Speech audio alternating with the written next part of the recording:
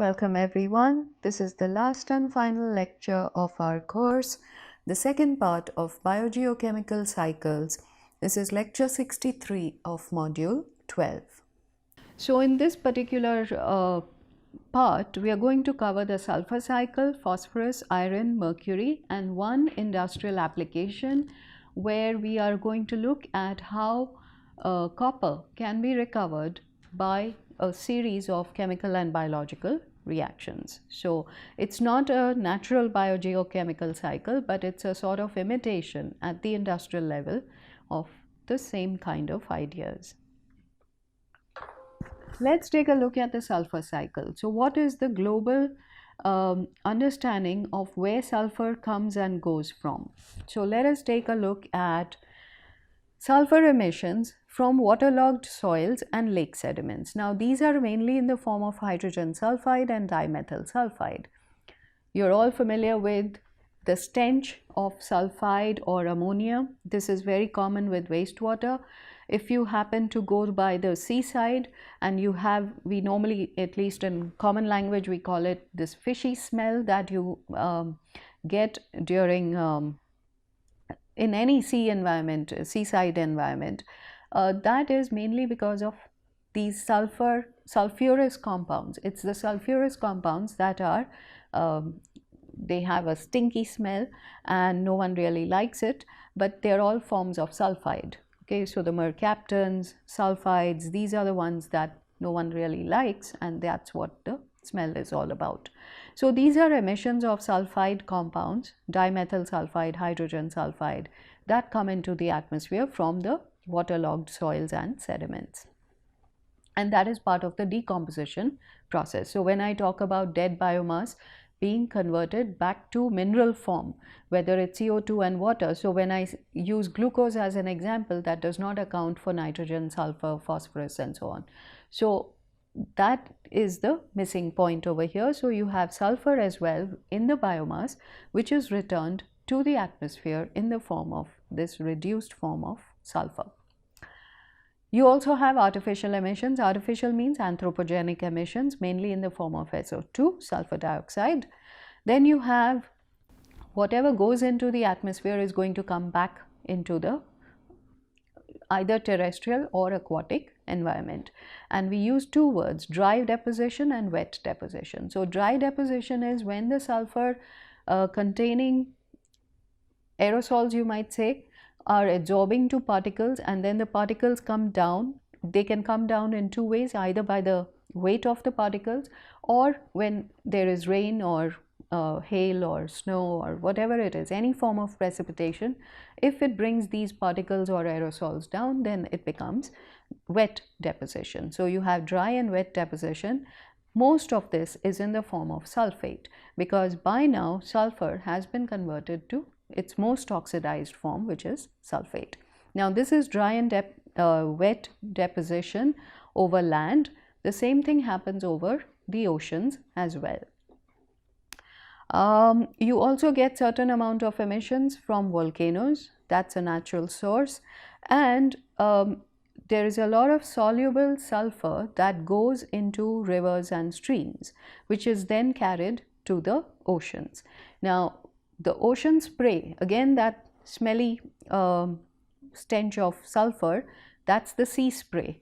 Okay, so that sea spray contains sulfur and that sends it back into the atmosphere. So you have emissions from biological decay, mainly hydrogen sulfide, dimethyl sulfide, all of that. So whatever is happening on land is also happening on sea, on the oceans, and that is the complete cycle. Here are examples of individual bacterial species that are responsible for mediating the redox reactions, the oxidation reduction reactions, where you get the conversion of sulfur from one oxidation state to another oxidation state. So let's take a look at the most reduced form of sulfur. So the most reduced form of sulfur is hydrogen sulfide. So you have H2S. It then gets converted to either elemental sulfur in both oxic as well as anoxic environments.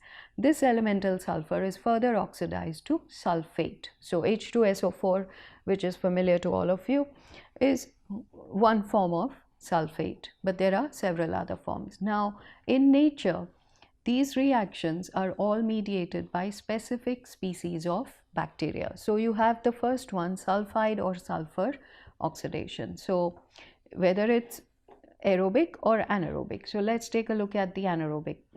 Let's go with oxic first.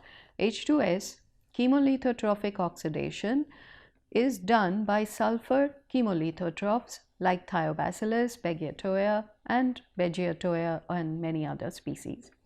Under anaerobic conditions, the same reactions are mediated by purple and green phototrophic bacteria as well as chemolithotrophs. Then you have sulfate reduction under anaerobic conditions, sulfate to sulfide.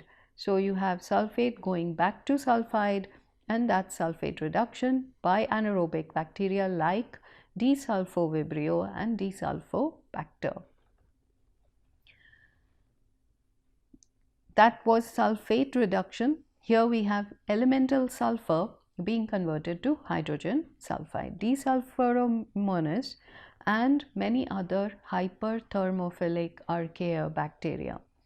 Sulfur disproportionation, thiosulfate, can be converted to two forms, sulfate and sulfide. Now here we have a similar situation like the fermentation of organic compounds, where you get a reduced form and an oxidized form. So thiosulfate has an oxidation state that is somewhere between H2S and sulfate. So this thiosulfate is getting partly reduced and partly oxidized, and D-sulfovibrio is the mediating species. You can also have organic sulfur compound oxidation or reduction. So you have sulfur in certain amino acids like cysteine that can be converted to CO2 and sulfide. You have DMSO, dimethyl sulfur oxide, which can be converted to dimethyl sulfide. Then desulfurylation, organic sulfur is converted directly to hydrogen sulfide, and several organisms are involved in it. Wastewater is a very good example of many of these reactions. It has many of these species. Depending on how much oxygen there is in the water, you will get many of these reactions. Municipal wastewater is what I'm talking about. So in a nutshell, this is how sulfur is recycled through nature by nature.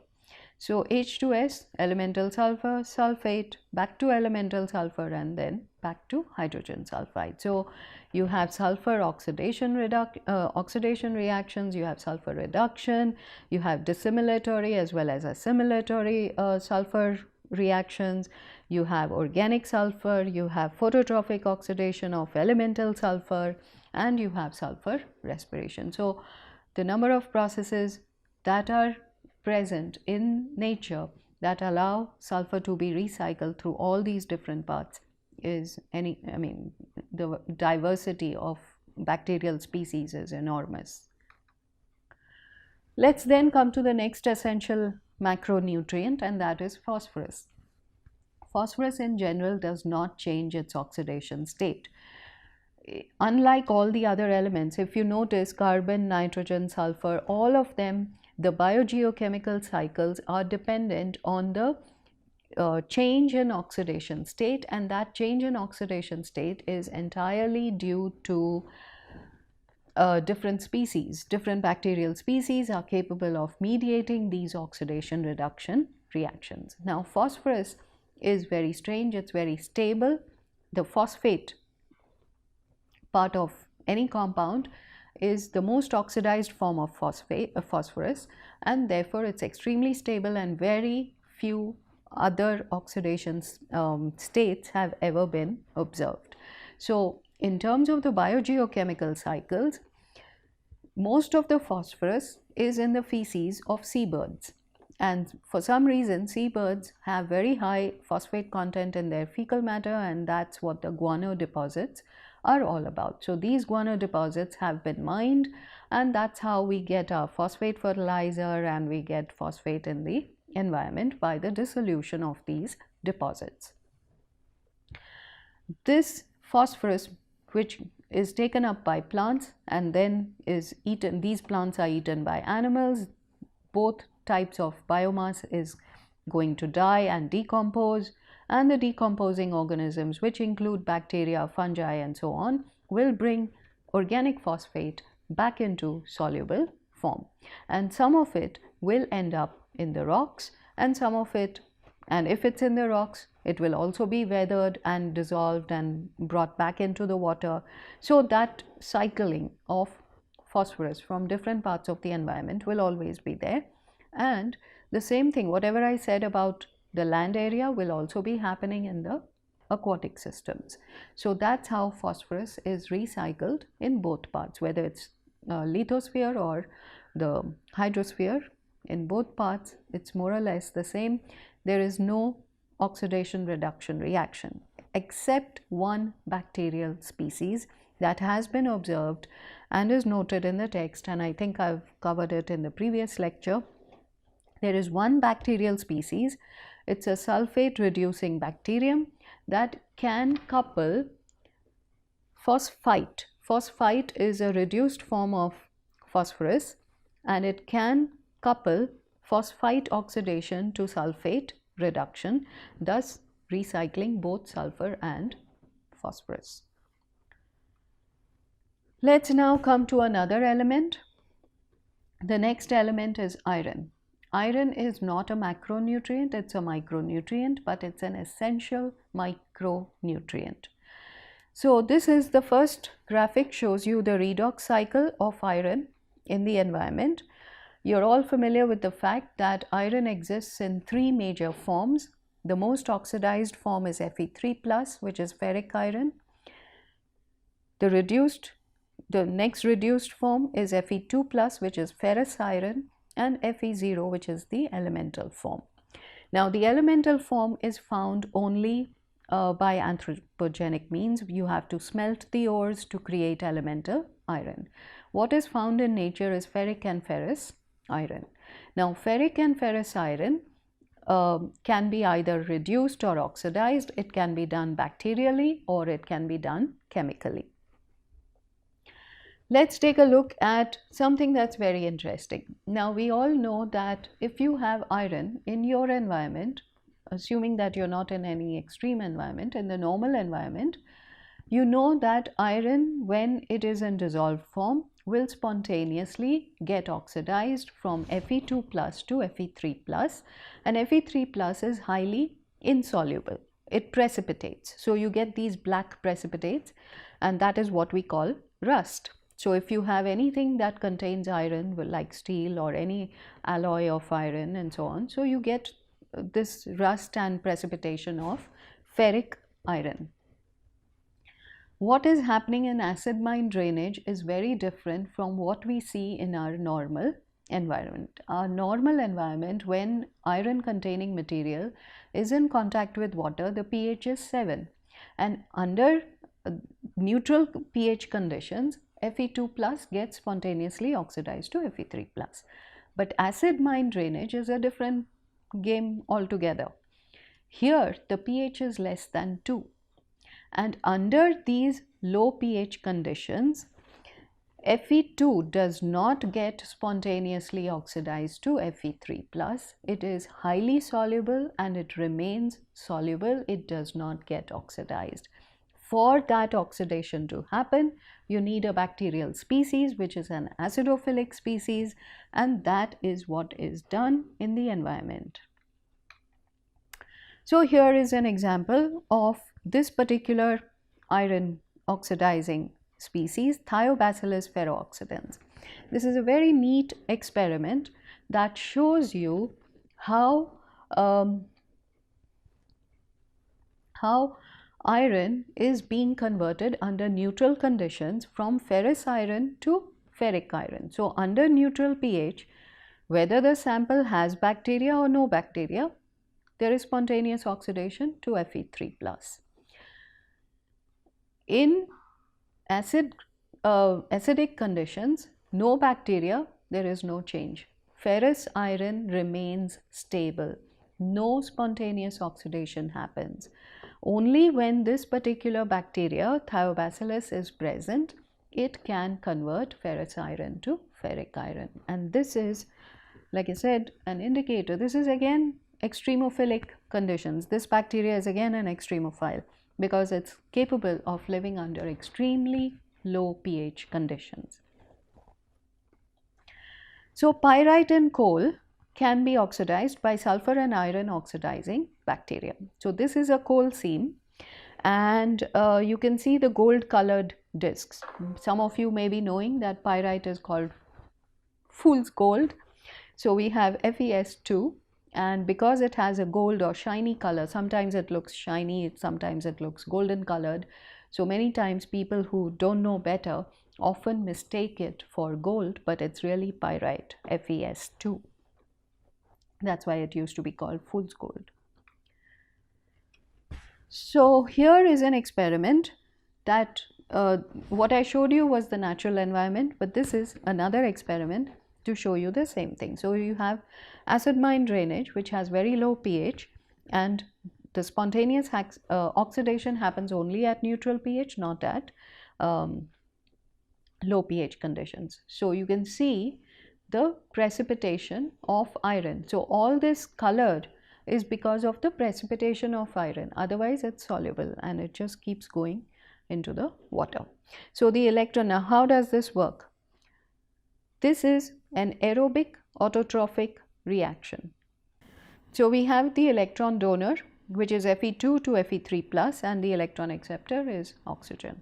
So you require aerobic conditions and iron for this reaction to happen. Let's come to another metal, and that is mercury. Now you might say that mercury is not a nutrient. That is true. Mercury is extremely toxic.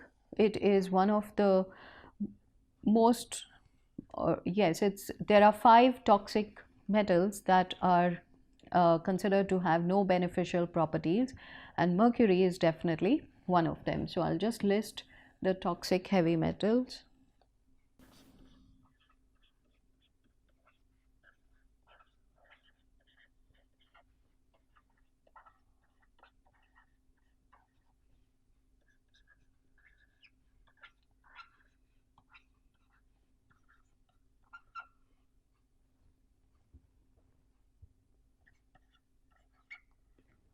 So these are considered the 5 toxic heavy metals which have no beneficial properties.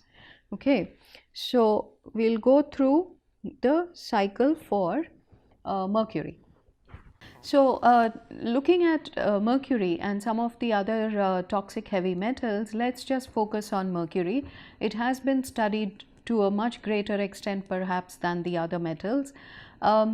In natural conditions, the background environmental concentration of mercury is very low. So it's in PPT levels. PPT stands for parts per trillion.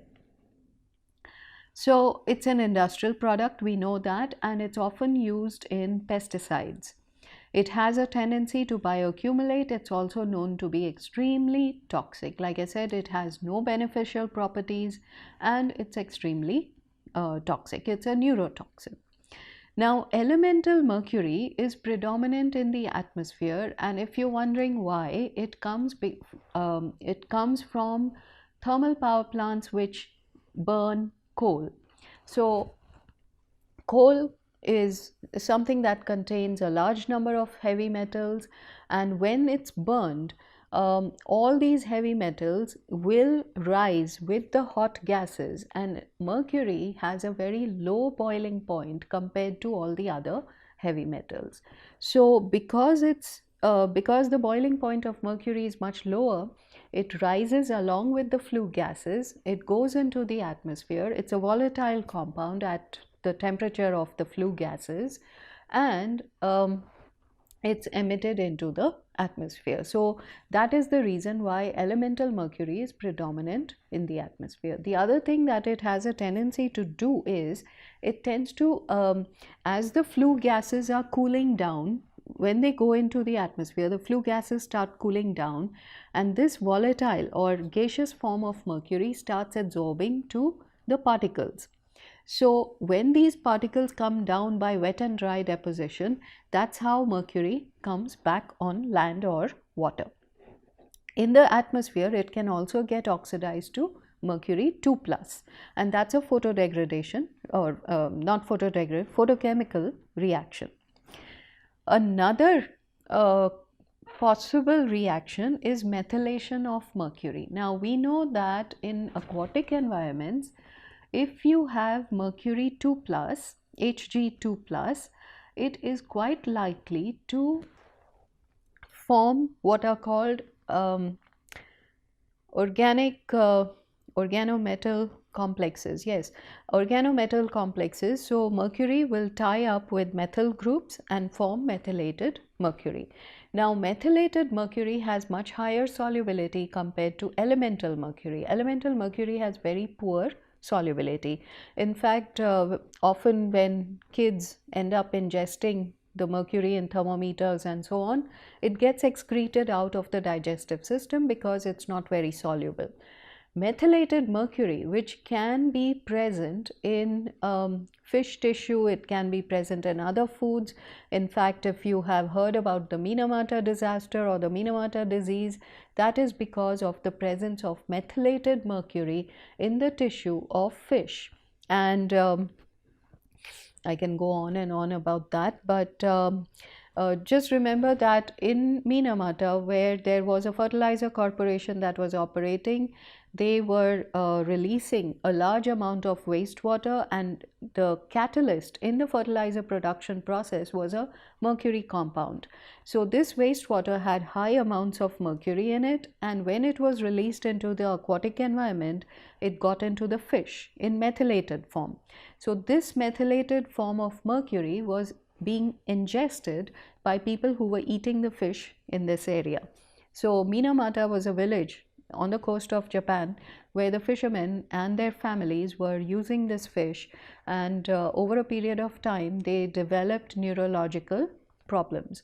And it was not just the human beings, but the cats, the birds, the fish, everything was behaving in a not sane fashion, and therefore that's when people started realizing that the methylated form of mercury is a neurotoxin, and it's highly problematic, it's highly toxic, it can be fatal. So this methylation is also mediated by microorganisms, and I can give you another example. In previous experiments that I myself was part of, we used mercury chloride as a biocide to prevent microbial activity, but now it's well known that certain microorganisms have the ability to convert Hg2 plus, which is HgCl2 in dissolved form will give you Hg2 plus. Now this Hg2 plus can be methylated and form organic methyl. So this methyl mercury is 100 times more toxic than the inorganic form. So whether it's elemental or Hg2 plus, they're not as toxic as the methylated form. So here we have the biogeochemical cycling of mercury. So what is released into the air is mostly elemental mercury. It gets photochemically converted to Hg2 plus. Hg2 plus will absorb to particles in air, in water. It will come down through the water, through the sediment, through the air, wet and dry deposition, all this will bring it down. It will come into the sediment, and there it will form complexes with both organic as well as inorganic compounds. So you get methylation of mercury as well as mercury sulfide. And like I said, it's the methylated form of mercury that is dangerous. Let's come to the last part of this lecture, and that is the industrial application of our understanding of how you can use certain bacterial reactions, certain biochemical reactions and chemical reactions to cycle and recover certain types of metals. So here is an example of how copper can be recovered from the ore form. So here we have the same bacterium, Thiobacillus ferrooxidans, where the leaching of copper from a mineral covellite has been shown. So if you have bacteria, this particular bacterium, when it was added to the solution containing this mineral, you can see the amount of soluble copper released as compared to the sterile form. So this mineral without any bacteria will not release copper in soluble form. So this is one example, and I'll show you the next one, which is far more interesting. So you know that most of the metals in their natural form are very, very minor fractions of the total amount, that is total amount of ore containing that metal, and so on. So it takes a lot of effort to take the ore out of the ground and then extract the useful metal from it. So here you have low grade copper ore, which is piled up in such a way that you have a huge amount of surface area, and this has been crushed. So you can see the crushing of the ore. It has been crushed into smaller parts to provide larger surface area, and then acidic water, acidic leach water is spread. You can see the spraying of acidic leach water over the ore.